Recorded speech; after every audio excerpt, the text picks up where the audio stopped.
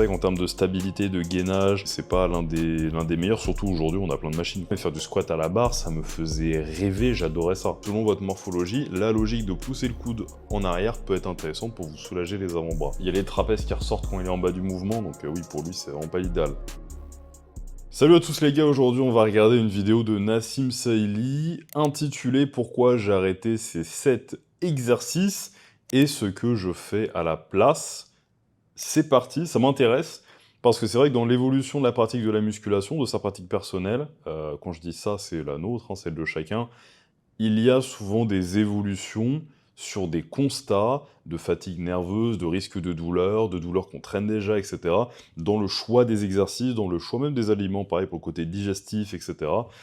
Voyons voir du coup ce qu'il a changé. Des exercices de muscu, il y en a des centaines, mais malheureusement, ils ne se valent pas tous. Et après 20 ans de muscu, où je les ai tous testés, j'en ai supprimé 7 de mon programme, et peut-être que vous devriez en faire autant. Ces exercices sont soit dangereux, soit moins efficaces qu'on ne le croit, soit inutilement compliqués et pour les bénéfices qu'ils apportent. Aujourd'hui, je vais vous faire gagner du temps. Je vous montre les exercices que je ne fais plus, pourquoi les remplacer et quels exercices à privilégier à la place pour optimiser vos résultats et éviter la blessure. L'exercice que je vais vous partager, je l'ai littéralement poncé pendant mes 10 premières années de musculation. Je ne jurais que par cet exercice pour le bas du corps, et c'est le front squat. Et pourquoi je fais... Ouais, c'est étonnant, il jugeait que par celui-là pour le bas du corps, pourtant c'est vrai que c'est l'un des moins confortables, on va dire. Alors j'en ai beaucoup fait, et je l'aime bien cet exercice-là, mais je l'aime bien parce que je l'ai beaucoup fait, et parce que j'ai toujours aimé beaucoup faire du squat, beaucoup faire les jambes et tout... Mais c'est vrai que celui-là, en termes de stabilité, je vais le laisser parler, on va le laisser parler, mais c'est vrai qu'en termes de stabilité, de gainage, de respiration, etc., c'est pas l'un des meilleurs, surtout aujourd'hui, on a plein de machines, quoi. Je faisais autant de front squat, évidemment parce que je voyais Ronnie Coleman en faire. Le front squat, c'était un peu vendu. Ça me fume, moi je pensais qu'il allait dire, ouais, parce que je m'étais dit que ça poussait les genoux vers l'avant, me gardait droit. Non, non, c'est Ronnie Coleman. Mais excellent constat, excellent constat. Comme l'exercice ultime pour développer les quadriceps. Et je me rappelle très bien d'un article dans Muscle & Fitness où Ronnie Coleman attribuait le développement du bas de ses quadriceps au front squat. Le problème, c'est que lorsqu'on s'y surtout le bas des quadriceps. connaît un tout petit peu en biomécanique, on s'aperçoit qu'en fait, le front squat n'est pas automatiquement quadriceps.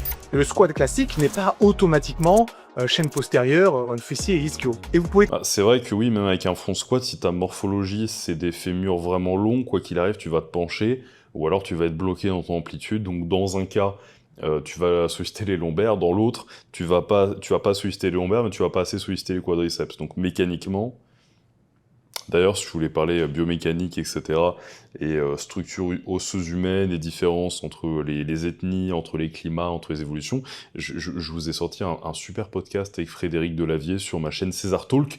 Le monteur mettra tous les rappels, tiens, la bannière, etc. César Talk, c'est ma chaîne secondaire sur laquelle on fait des podcasts chaque dimanche, avec un nouvel invité pour parler état d'esprit, fitness, etc., réseaux sociaux et réussite. Très bien faire un squat classique qui bousille les quadriceps et un front squat qui est à dominante fessier. Ça se voit que j'ai arrêté de le faire il y a un long moment, le hack squat. Le front squat, vous imaginez, ça m'a tellement mis mal que j'en perds mes mots. Pourtant cet exercice-là...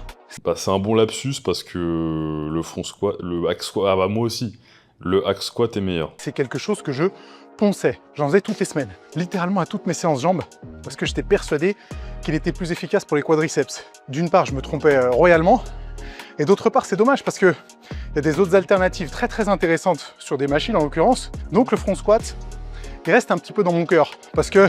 Après, ça c'est intéressant parce que, justement, moi il y a beaucoup d'exercices, et j'en faisais même un réel il y a pas longtemps sur Instagram, que le monteur mettra à l'écran, où je mettais Jeff Nippard qui...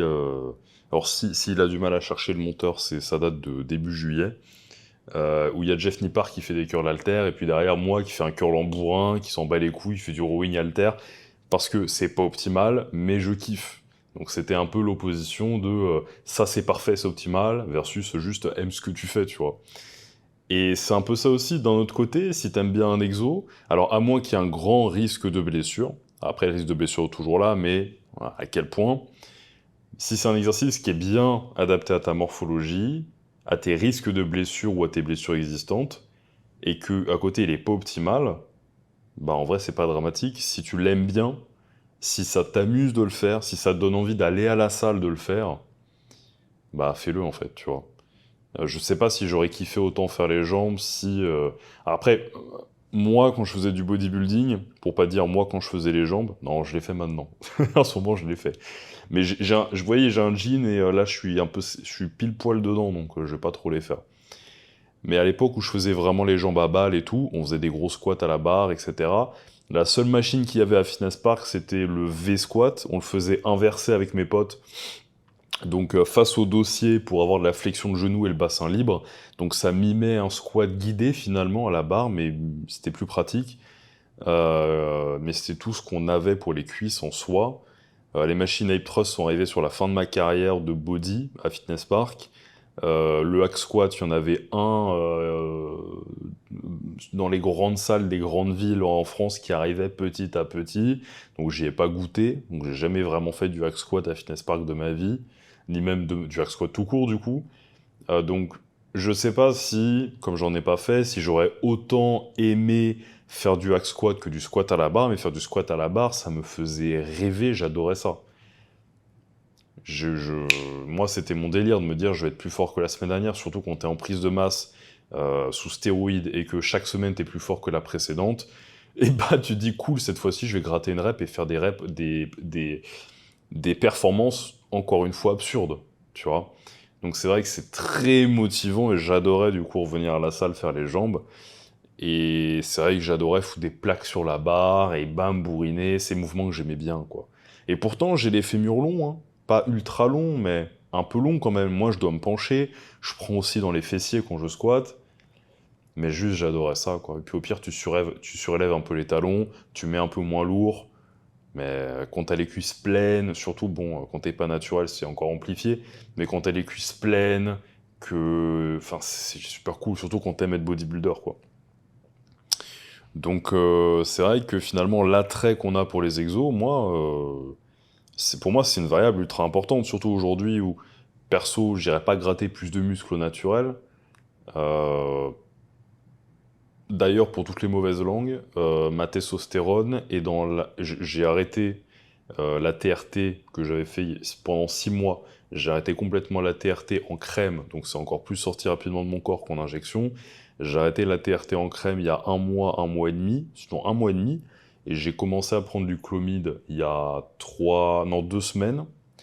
Et j'ai fait une prise de sang hier et ma testo est, donc là il n'y a plus rien dans mon corps, hein. Ma testo est au-dessus de la norme, ma testo libre et totale. Alors bon, ici à Dubaï, ils m'ont pas proposé la bio disponible, mais de toute façon j'irai refaire des examens complémentaires pour d'autres trucs qu'ils n'ont pas pu me faire. Donc j'explose les plafonds. Donc voilà, je sais plus pourquoi j'ai ça, bref, parenthèse fermée, donc vos gueules.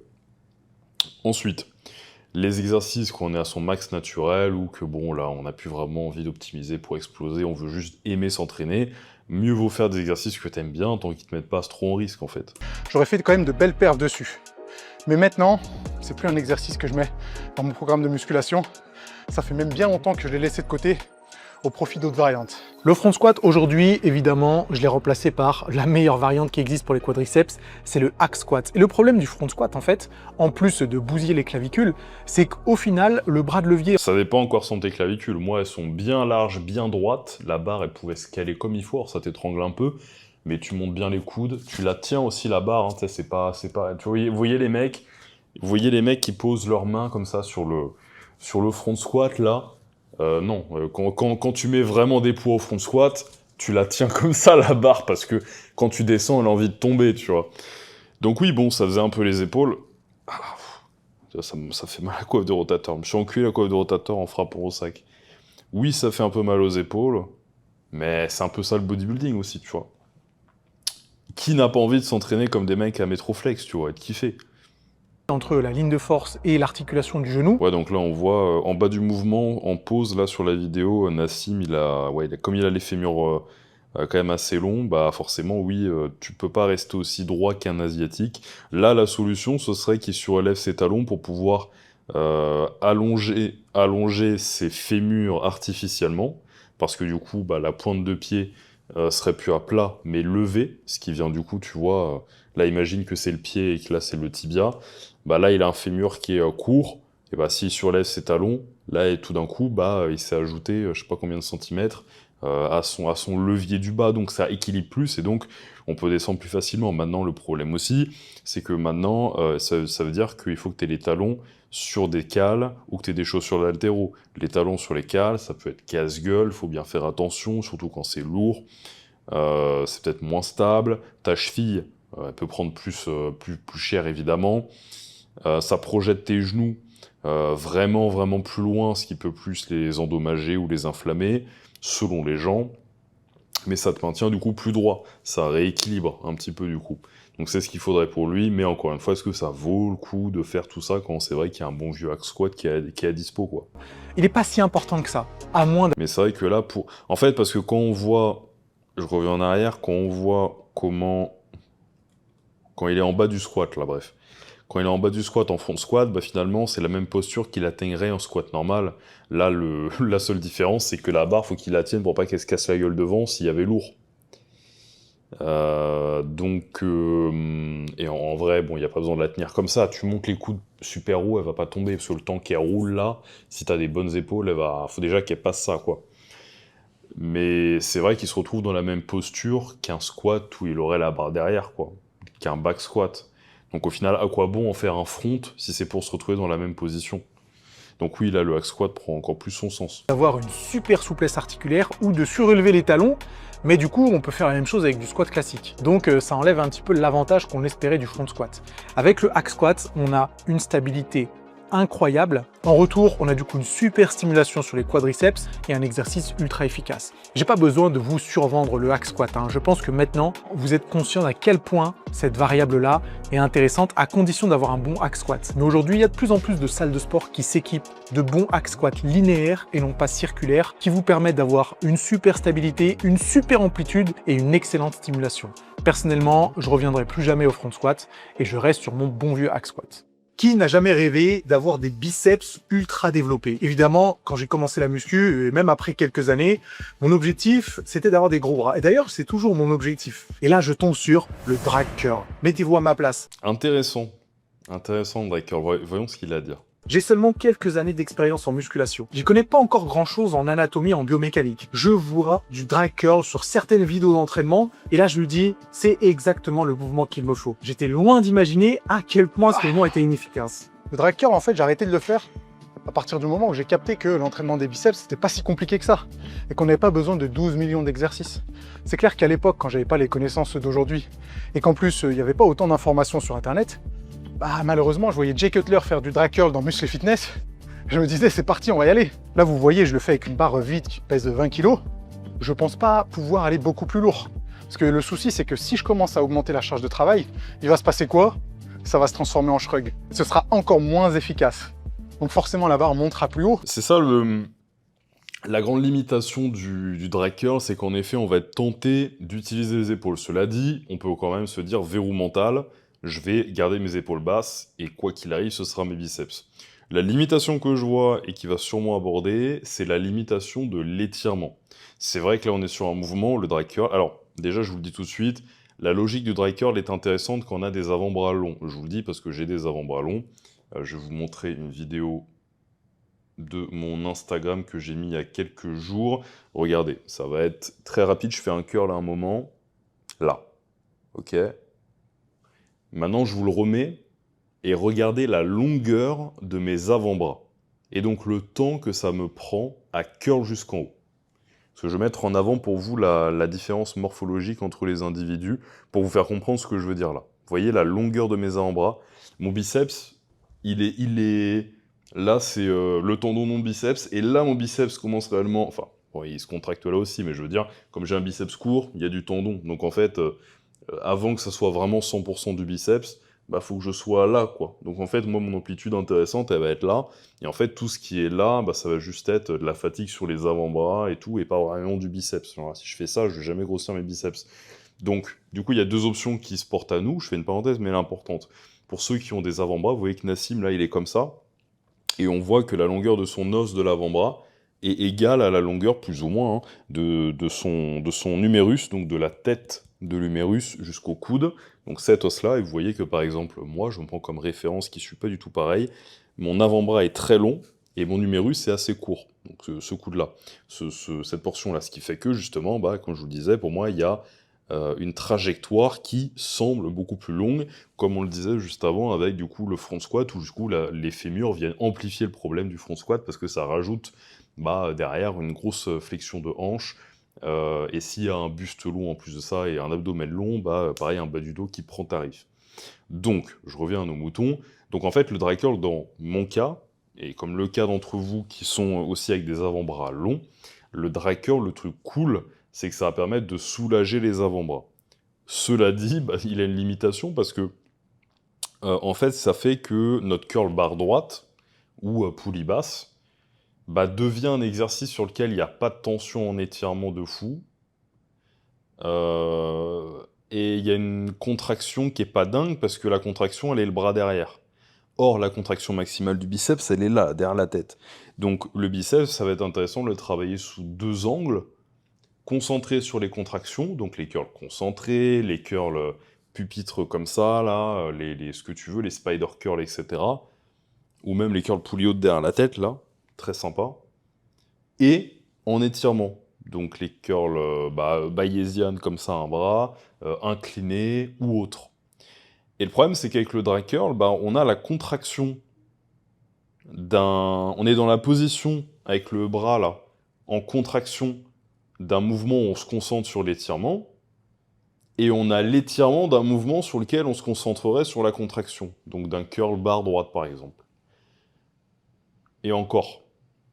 Parce qu'en fait, on va monter là directement. Donc en fait, on se retrouve avec avec un mouvement qui a la contraction d'un mouvement à forte tension d'étirement, donc une contraction pas intéressante, pas optimale, parce que en fait la contraction max elle est ici, et là on a une contraction max là, donc c'est pas très logique, et un étirement qui est l'étirement le moins intéressant, parce qu'on a un étirement qui est quasi pas franchement existant en fait, pour éviter la tension sur l'avant-bras.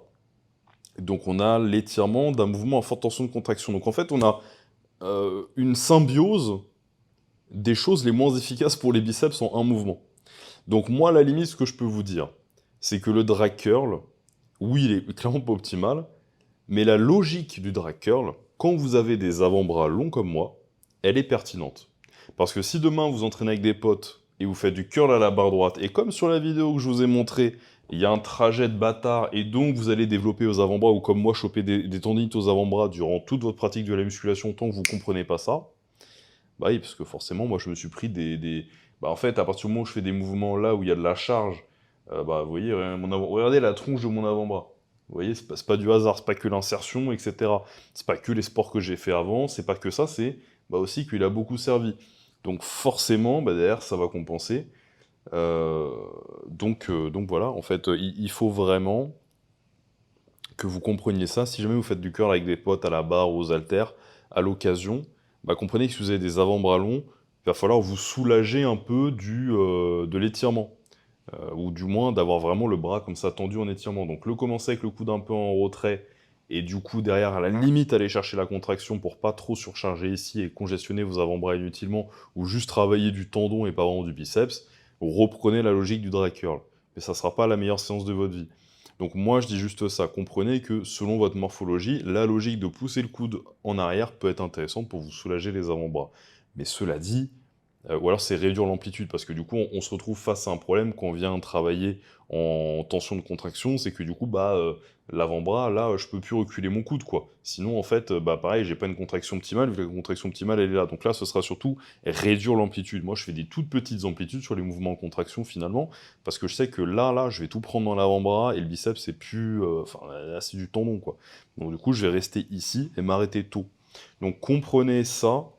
Ça ajoute de la logique et du crédit au drag curl, mais c'est vrai que le drag curl en lui-même, en fait, voilà. Donc c'est plutôt la logique du drag curl qui est intéressante. Mais étant donné que c'est les épaules qui ont été responsables de la seconde moitié du mouvement, ça en fait pas un exercice très efficace. Le drag curl, aujourd'hui, je l'ai remplacé par 2 variantes. La première, ce serait le curl incliné, tout simple, sur un banc incliné avec des haltères. Et la deuxième, ce serait du curl poulie basse, dos à la poulie. Et ce qui m'embête, en fait, avec le drag curl, c'est que l'amplitude n'est jamais au rendez-vous. On n'a jamais un étirement complet des 2 chefs du biceps. Et ça, c'est quand même problématique, parce que vous savez à quel point je mets en avant les exercices à forte tension d'étirement pour optimiser la croissance musculaire, avec le dry curl, on n'a pas de forte tension d'étirement.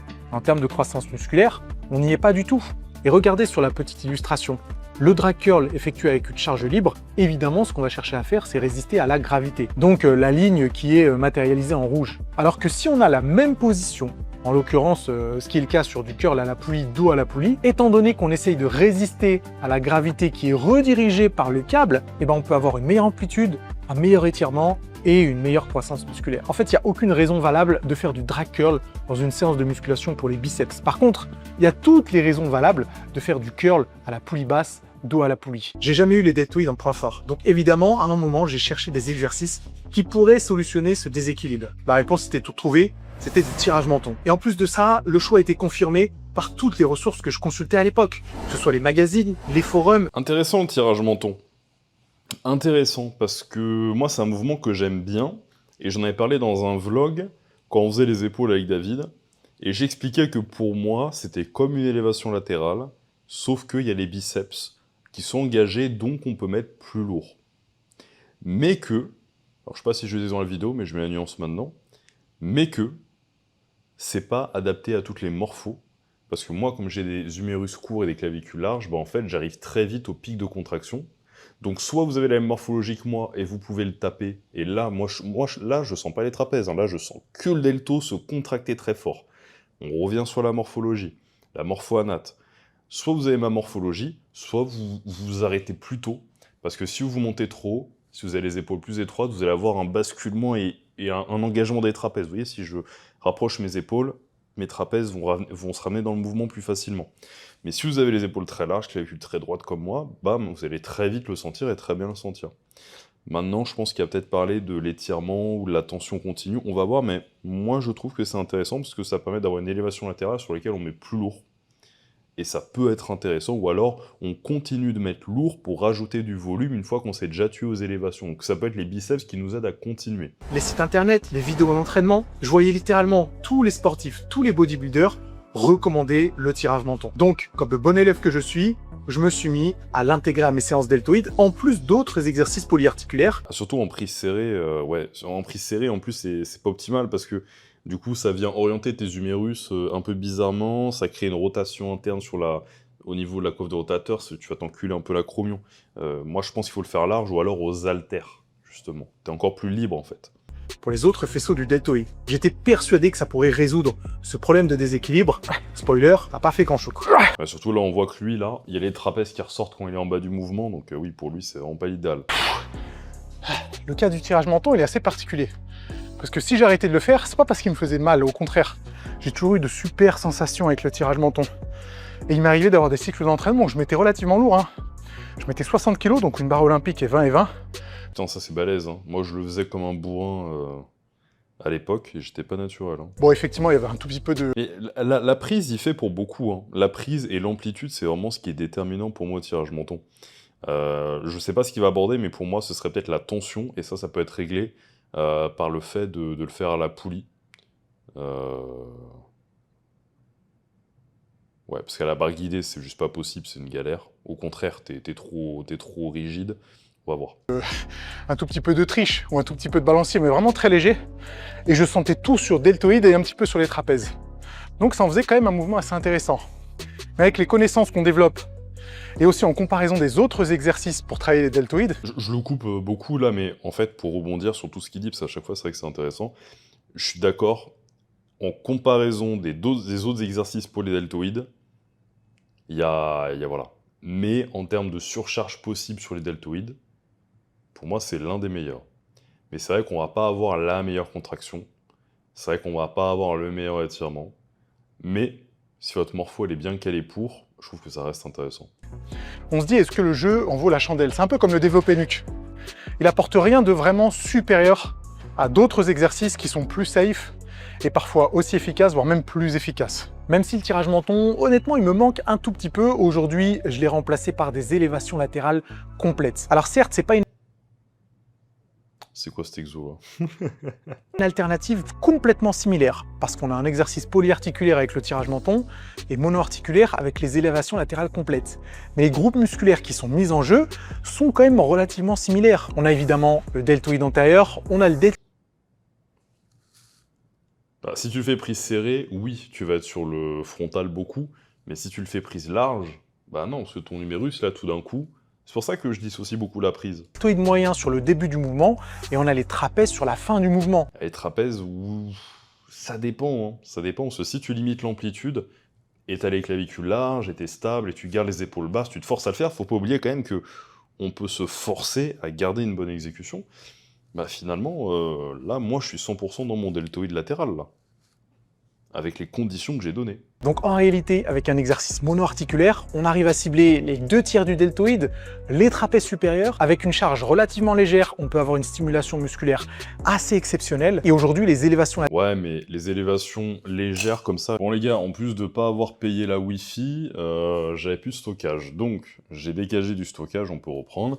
Donc je disais, ces élévations latérales-là, légères comme ça, il va pas mettre très lourd, c'est pas comme ça qu'on va ajouter vraiment beaucoup de muscles, parce qu'il n'y a pas assez de poids, il n'y aura pas assez de tension mécanique un peu par extension, même si oui, ça va être dur, il y aura la tension mécanique sur les dernières reps. Je trouve qu'il y a beaucoup d'amplitude, pour moi ça me paraît dur à vraiment bien formater, et comme on disait sur les biceps, autant faire 2 exos différents, si tu veux vraiment te dire là je vais chercher de la contraction, tu vois, limite à la machine à un bras, et je vais chercher de l'étirement avec un exo où vraiment tu vas rendre dur l'étirement, tu vois, et plus facile la contraction. Si tu veux avoir un truc complet, autant faire ça, et au moins tu es stable sur les deux, et là en fait, je trouve que tu as beaucoup plus compensé. Alors les trapèzes sont censés être ciblés comme il l'a dit, mais bon, est-ce qu'on va pas trop swing, etc. Parce que va monter les haltères de manière stricte jusqu'au haut de ta tête. Je suis pas fan de l'alternative qu'il a choisie, je comprends la logique, mais en fait on retrouve pas la charge lourde. Donc, ouais. Latérale complète figure très souvent dans mon programme de musculation, alors que le tirage menton, plus du tout. En plus de ça... Tu vois, est-ce que les élévations latérales complètes, à genre 8 kg là, lui ont donné les épaules qu'il a aujourd'hui? Bah non, mais il permet de les maintenir, oui. Et ça, c'est deux choses très différentes. Tu peux construire des cuisses avec la musculation et les maintenir en faisant des sled push, du sprint, des squat jump, un autre sport, du cyclisme avec de l'intensité, du cyclisme avec justement des intervalles où tu bombardes et t'arrêtes, et tu bombardes et t'arrêtes. Donc ce qui te permet de maintenir ce que tu as musculairement n'est pas forcément pareil pour une diète pour être sec. Hein. T'obtiens un physique sec en descendant à 2200 calories et tu te stabilises à 3000 parce que c'est ton maintien, ou plus, bah tu te maintiens à 3000, mais c'est pas être à 3000 qui t'a permis d'atteindre le body fat que tu as. Bah, c'est pareil avec la masse musculaire. Il y a quelque chose qu'on arrive à faire avec les élévations latérales complètes qu'on ne peut pas faire avec le tirage menton, c'est travailler les trapèzes avec les mains au-dessus des épaules. Pour ceux qui suivent la chaîne YouTube depuis assez longtemps, vous savez que j'apprécie les mouvements où on peut travailler les trapèzes avec les mains au-dessus des épaules. En clair, des mouvements qui ne seraient pas du simple shrug. Et avec les élévations latérales complètes, c'est exactement ce qui se passe. C'est pour ça que c'est aussi efficace avec des charges aussi légères. Moralité, si vous ne l'avez jamais testé, mettez-le dans votre première séance épaule, peut-être même en remplacement du tirage menton. Vous me connaissez sûrement comme le coach hyper méticuleux sur l'exécution de ces exercices. Sauf que ce que vous ne savez pas, c'est que j'ai commencé... Sauf une fois où on l'a vu curl n'importe comment avec Rudy et... F-Can Thibaut peut-être? La musculation en étant inspiré par les plus grands bodybuilders, et en l'occurrence Dorian Yates, un bodybuilder qui n'est pas forcément connu. Oh, s'il nous parle du pullover, on va être amis, parce que je crois vraiment que c'est de la merde. Pour la beauté de ses exécutions, mais plutôt pour l'intensité brute de ses séances. Et évidemment... Ah, ça va être le rowing Yates, je pense. C'est soit le pullover, soit le rowing Yates. Mais le rowing bar, moi j'aime beaucoup. Je me suis inspiré de ses séances d'eau et de son rowing Yates. Ah non! Alors attends, c'est en supination ou en pronation? J'étais persuadé qu'un rowing très mou, comme l'aurait fait Dorian Yates à l'époque. Parce que vous savez, quand on parle de rowing Yates, il y en a qui en parlent juste pour le rowing buste penché à la barre quoi qu'il arrive, et il y en a c'est pour le supination. Pour moi, le rowing Yates, c'est le supination parce que c'est celui avec lequel il s'est arraché ses biceps. Tu vois, anecdote. C'était le secret pour développer des dorsaux incroyables, des trapèzes bien volumineux et des érecteurs du rachis. Ok, ouais. Donc c'est en supination, ouais. Il vient de choper la barre en supination. Très bon développement des fessiers, Nassim, d'ailleurs, au passage. Il a chopé la barre en supination, et c'est vrai qu'en fait... Alors oui, ça va, comme toute prise en supination pour le dos, ou toute prise neutre, bah en fait, naturellement, du coup, tourner tes coudes vers l'intérieur, et donc tes mains, et donc tes coudes, et donc tes épaules vers l'intérieur, et donc, que le tirage, il vienne d'ici, ou d'ici, ou d'ici, tu vas avoir le cou le long du corps, donc tu vas écraser tes dorsaux. C'est pour ça que quand on travaille les dorsaux, en général, ça va être prise neutre ou supination, parce que c'est plus simple d'avoir le bras proche du corps quand on est dans ces prises-là. Mais en réalité, si tu faisais une prise pronation, mais tu gardais le bras le long du corps, tu travailleras également tes dorsaux. Donc, c'est vrai que ça permet de forcer les mains vers l'intérieur. De 1, ça peut t'enculer les poignets si t'as pas la souplesse, ou que tu as vraiment un valgus, donc une divergence de ton... Si tu tends les bras comme ça avec ton humérus n'est pas du tout aligné avec ton avant-bras il part vraiment sur le côté, c'est que tu as un léger ou prononcé valgus, et donc ce sera mieux de le faire déjà en barre aux Z, tout ce qui est supination, ou alors, si c'est aux machines, avec une poignée un petit peu libre, pour pouvoir en fait avoir pas forcer ton poignet là, sinon tu vas t'enculer, mais avoir une supination à mi-chemin entre supination et neutre, un truc comme ça. Surtout que ça change rien que ta main elle soit ici ou ici, ce qui compte c'est où est ton coude, et du coup qu'est-ce qu'il fait et où il va. Ça c'est le plus important. Donc oui, supination pour moi ça dégage, en plus ça expose les biceps. Soit tu as les biceps longs, donc tu as du tendon jusqu'ici, et donc ton biceps sera pas tellement en danger, et il va surtout être trop recruté, parce que biceps long égale souvent biceps très gros. Et s'il est court, bah, tu vas avoir du tendon qui est exposé quand tu vas tendre le bras, et tu risques de t'enculer un biceps comme de rien.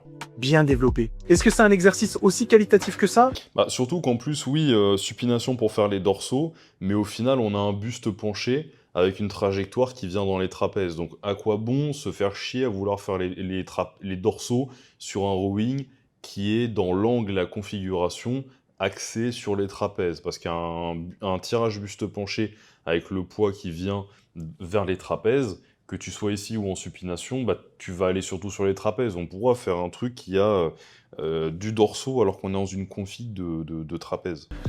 Le débat reste ouvert. En tout cas, moi j'ai arrêté de le faire. Et c'est pareil pour le rowing halter buste penché, c'est pas pour les dorsaux les gars, à moins que vous soyez vraiment buste perpendiculaire au sol, mais arrêtez ce qui va être surtout un peu surtout incliné. Bah, pareil, vous avez beau foutre votre main en supination ou en neutre, ou le bras proche du corps, vous allez taper dans vos trapèzes, même si vous gardez l'épaule basse. Donc autant le faire à balle sur les trapèzes. Certains diront que c'est pas optimal, et c'est vrai. Moi, c'est un mouvement que j'aime bien, que je ressens très bien sur les trapèzes quand je suis en pronation à un bras, parce que je peux bien rétracter l'omoplate et bien le sentir, et bah je le garde, et j'en ai rien à cirer que ce soit pas optimal. Mais du coup, au moins, j'assume que c'est 100% du trapèze, et j'essaye pas d'en faire un truc supination ou neutre pour les dorsaux. Le rowing Yates, si je le fais plus, en fait c'est parce que je fais plus de rowing tout court. Dans mon programme de muscu, je fais encore du rowing buste penché, mais plus pour les dorsaux.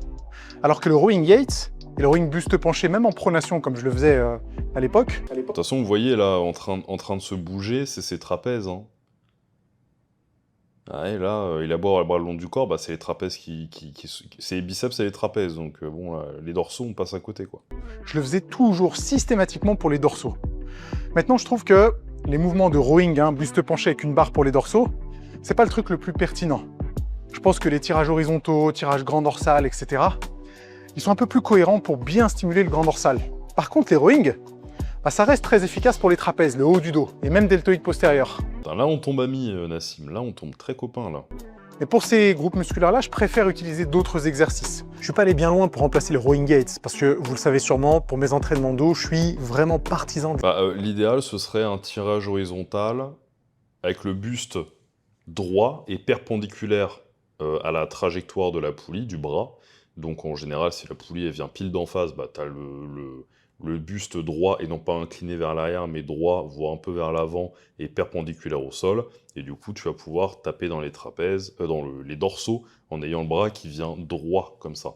Parce que si tu viens t'incliner, quoi qu'il arrive, ça ira dans les trapèzes. Donc soit tu es un peu penché là, soit c'est de face et bim. Des exercices unilatéraux faits avec une poulie. Comme ça, ça me permet de faire une petite rotation du haut du J'ai promis, j'ai pas vu la vidéo avant. haut du corps. Et là, la contraction au niveau du grand Et voyez, alors, attendez, on va attendre que sa main arrive à sa hanche. dorsal, elle est incroyablement intense. Alors certes, je perds la... Toc, on s'arrête.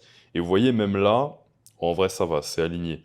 Mais en vrai, il n'y a pas besoin d'envoyer le coude aussi loin. Il pourrait... En fait, quand vous faites ce mouvement-là, il faut vraiment se dire, je vais envoyer mon coude vers le sol dans ma hanche. Voilà. Et là, lui, il envoie le coude plus derrière. C'est bien aussi, mais en fait, envoyer juste derrière, prendre un peu de recul, envoyer juste derrière permet pas aussi bien de baisser et garder l'épaule basse que si, bam, on envoyait vers le bas. Il faut vraiment avoir cette logique-là, même si ça vient d'en face, la poulie. Hein.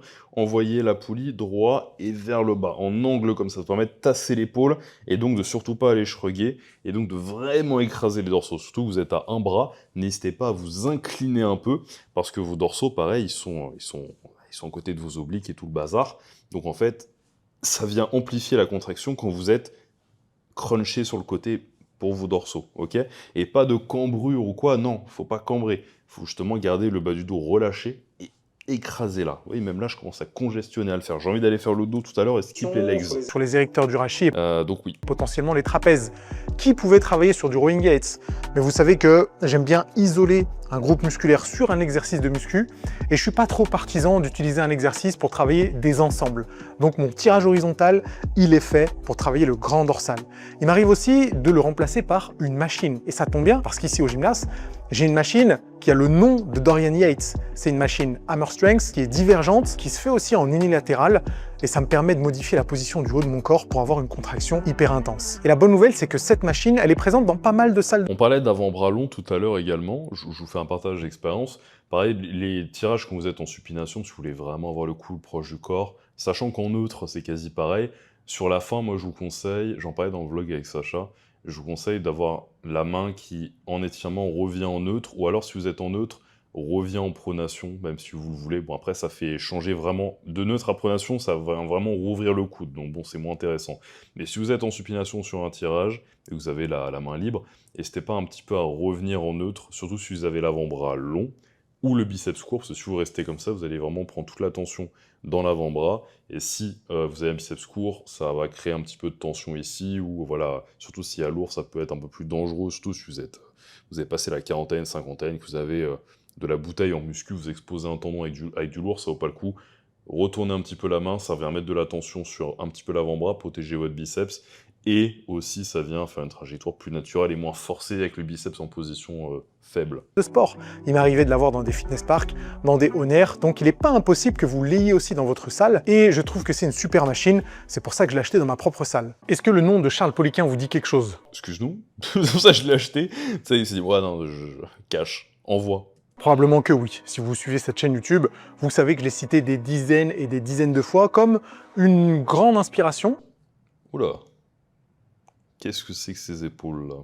Et une source d'information pour beaucoup des conseils que j'ai prodigués sur cette chaîne. Il y avait un exercice que Charles Poliquin aimait beaucoup, c'est le développé couché serré pour développer les triceps. Et évidemment, moi, avoir des gros bras, je dis oui. Donc, j'ai... Ah, c'est un petit peu... On va retomber sur le même problème que le drag curl, c'est que moi, j'aime bien cet exo-là, mais c'est vrai que dans ma tête, c'est marrant, mais c'est broussaillant, mais on retombe sur nos pattes.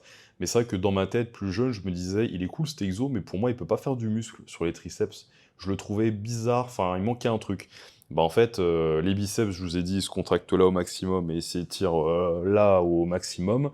Et bah les triceps, c'est l'inverse, ils se contractent là au maximum et ils s'étirent là au maximum. Donc pareil, en soi, on veut les bosser sur deux sphères et à deux niveaux, en étirement là, donc proche de la tête, hein, tout ce qui va être là, et surtout en contraction, donc de là à là, voilà. Tout ce qui va être bras du corps est là. Et c'est vrai que quand on est au milieu là, bah, si on n'a pas un étirement prononcé, ou si on n'a pas une contraction prononcée derrière, et on reste là, bah, c'est vrai que c'est pas inintéressant, mais c'est loin de l'idéal, si on veut vraiment optimiser son rendement de ses actions, quoi. Toujours chercher des mouvements qui me permettraient de bien stimuler non seulement les biceps, mais aussi les triceps. Parce que j'ai toujours pensé être un tout petit peu en retard sur ces groupes musculaires-là, donc il fallait que je puisse trouver le secret. Et à l'époque, j'étais persuadé que le secret, c'était du développé couché serré. Et il y avait plein d'arguments en faveur de ce mouvement. La possibilité de travailler avec Il y a des tatouages, Nassim?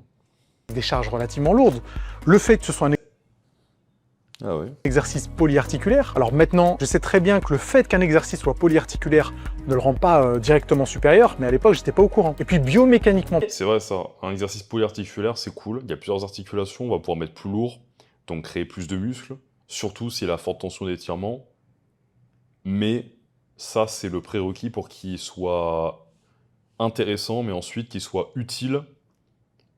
Parce que être intéressant, c'est « Ah tiens, ça m'intéresse ». Mais est-ce que c'est bien, tu vois? C'est pour ça que je dis ça aussi. Mais être utile et donner du résultat, c'est différent. Donc, ouais, là, comme je vous le disais, il y a pas assez d'étirement, pas assez de contraction, donc on est sur un mais.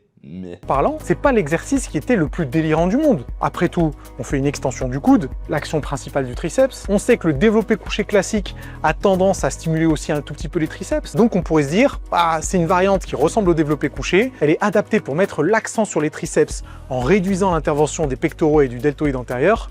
Le souci, c'est que les choses ne sont pas aussi simples que ça. Si j'arrêtais de le faire, le développé couché serré, parce que j'ai jamais vraiment compris comment me placer. Si je me place les coudes près du corps, j'ai tendance à beaucoup ressentir le deltoïde antérieur et les pectoraux. Allez savoir pourquoi, c'est sûrement parce que je suis vraiment très dominant des pectoraux. Et si je commence à avoir une prise de main serrée mais les coudes un petit peu sortis, ça commence à être un petit peu douloureux au niveau des poignets. Et pareil, de toute façon, je sens les pectoraux. En plus de ça, pour ressentir quelque chose sur les triceps, il fallait que je mette plutôt lourd, enfin relativement lourd. Alors qu'en comparaison avec les extensions simples à la poulie, le rapport entre stimulation et charge utilisée, il n'était jamais en faveur du développé couché serré. Donc aller chercher un exercice polyarticulaire comme le développé couché serré, je pense que c'est bien moins intéressant qu'aller chercher des dips qui sont plus cool pour les triceps, qui sont aussi un exercice polyarticulaire. C'est vrai que les dips, pareil dans ma tête, c'est pas un exo où je me disais tiens, ouais, ça va faire beaucoup de résultats. Je sais pas pourquoi j'avais des blocages. Pour moi, les triceps, c'était que des extensions de bras. Les développés, pour moi, c'était vraiment pas intéressant. Maintenant, je pense que si tu viens très fort au dips, oui, tu peux choper des bons triceps, surtout si tu as une morpho pour ne pas trop cibler tes pecs.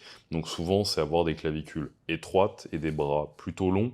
Par exemple, moi, je suis tout l'inverse. Si je fais des dips, je vais tout prendre dans les pecs. Je vais sentir dans la zone du sternum, etc., il y a une tension, machin. Donc moi, je vais beaucoup le prendre là-dedans parce que je vais garder facilement les épaules basses, être très stable, rapidement sentir un étirement, rapidement sentir une contraction, et mes triceps, ils occupent peu de place sur mon humérus, ils vont pas sentir grand chose. Alors que mes pecs, il y a toute cette largeur-là qui est prête à créer l'adduction, quoi. Donc ça dépend de vous aussi. Si vous êtes comme moi, vous avez un humérus, des clavicules larges ou un humérus plutôt court, il va falloir pas faire une trop grande amplitude, il faut vraiment se concentrer sur aller chercher la contraction du triceps, ou alors relâcher les épaules pour vraiment qu'il n'y ait pas l'adduction des pecs qui soit tentée d'entrer en jeu. Mais bon, c'est pas l'idéal. Ou alors le faire à la machine pour les triceps. Moi, je suis plus à l'aise à la machine pour les triceps à machine dips pour les triceps qu'au dips réel pour les triceps. Parce que sur la machine, tu vas pouvoir du coup rester plus droit, plus facilement. Les dips, comme c'est un exo de poids de corps moins stable, le naturel revient vite au galop. Donc attention à ça. Et oui, si vous avez des clavicules moins larges et des bras un peu plus longs, proportionnellement, vous allez mieux sentir vos triceps. Vous allez bien sentir vos triceps, et plus que les pectoraux, où ça sera plus difficile de ressentir les pectoraux, en effet, sur les dips, quoi, libres. Et qui constitue quand même une bonne variante. Mais c'est pas la seule variante. Le développé couché serré, je l'ai remplacé par une alternative qui me bousille les triceps dans le bon sens du terme, avec une charge qui est jamais très lourde, c'est le California Press. Et le California Press, comme vous le voyez... Ouais, ça rejoint ce que je disais, c'est si t'as le bras là, et qu'il n'y a pas un étirement intéressant, ou il n'y a pas une contraction intéressante qui va suivre, et que tu restes là, c'est pas intéressant. Donc California Press, oui, c'est vrai que tu viens chercher un étirement en faisant ça. Si c'est le mouvement que je crois, mais je crois que c'est ça. Sur l'image de gauche, la position de départ, c'est la même que le développé couché serré. Mais au lieu de descendre la barre au niveau de la poitrine, on descend la barre au niveau du cou. Et qu'est-ce que c'est? En soi, c'est un espèce de school crusher. Moi, je suis très old school, j'aime bien les school crushers aux haltères. Bon, à la barre aux aises, c'est un régal, mais c'est vrai que je pense que tu t'encules un peu plus les coudes et les poignets pour rien. Mais bon, après, voilà, il faut savoir s'amuser aussi, aimer ce qu'on fait. Mais oui, ce genre de mouvement, là, j'aime bien. Maintenant, ce qu'il appelle le California Press, donc celui-là, je pense qu'il va le montrer juste après, je l'ai jamais fait, donc je me rends compte de ce que ça peut être, mais je me dis, est-ce que ça encule pas un peu les coudes quand même, de vraiment avoir une grosse tension là et de ramener là? Enfin, c'est pas aligné aussi logiquement, j'ai l'impression, je sais pas. Ça génère un bras de levier qui est quand même hyper important. On retrouve les avantages du développé couché serré, les avantages de la barre au front, ça en fait un mouvement hyper intéressant. Dans la pratique de la musculation, j'ai assez rapidement fait du soulevé de terre. J'ai tout de suite été convaincu de tous les bénéfices de cet exercice-là pour toute la chaîne postérieure. Mais quand je l'exécutais, j'avais toujours tendance à ressentir plutôt les fessiers, les ischios, alors que j'aurais voulu sentir un petit peu plus le dos. Et c'est là qu'est arrivé le rack pull. Le rack pull, ça ressemblait au mouvement parfait pour les érecteurs du rachis, les trapèzes et même à l'époque pour les dorsaux. Ouais, le rack pull, alors j'en ai beaucoup fait en étant bodybuilder, mais... voilà, bon, c'est un peu éclaté, hein. C'est un peu éclaté en réalité. Euh, Ça peut renforcer tes lombaires en effet, parce que bon, tu viens de te concentrer sur une partie du soulevé de terre, tu te préserves de te faire mal sur le bas du mouvement, et donc finalement, bah, en termes de réhab et de renforcement spécifique, c'est peut-être intéressant. Transmission de force pour certains sports, là aussi tous les soulevés de terre, c'est intéressant. Maintenant, pour vraiment développer les lombaires, pareil, en fait, on va pas avoir une contraction de dingue, parce que dès lors qu'on remonte, bah, la charge, en fait, et nous tire vers le bas. Donc en fait, il faudrait qu'elle nous tire... En fait, il faudrait qu'il y ait un élastique qui nous... Il faudrait qu'on lutte contre un élastique face à nous pour bien contracter les lombaires. Le bas du soulevé de terre, du coup, là, les lombaires sont plutôt étirés, donc ça serait intéressant, mais il faudrait s'arrêter à la moitié, parce que quand on arrive en haut, du coup, là, bah, la tension, en fait, comme elle est dans nos bras, elle vient se relâcher, passer sur nos trapèzes, la repasser sur nos... C'est vrai que c'est pas l'idéal, et j'ai plus de batterie. Mes amis, dites-moi si vous voulez une partie 2.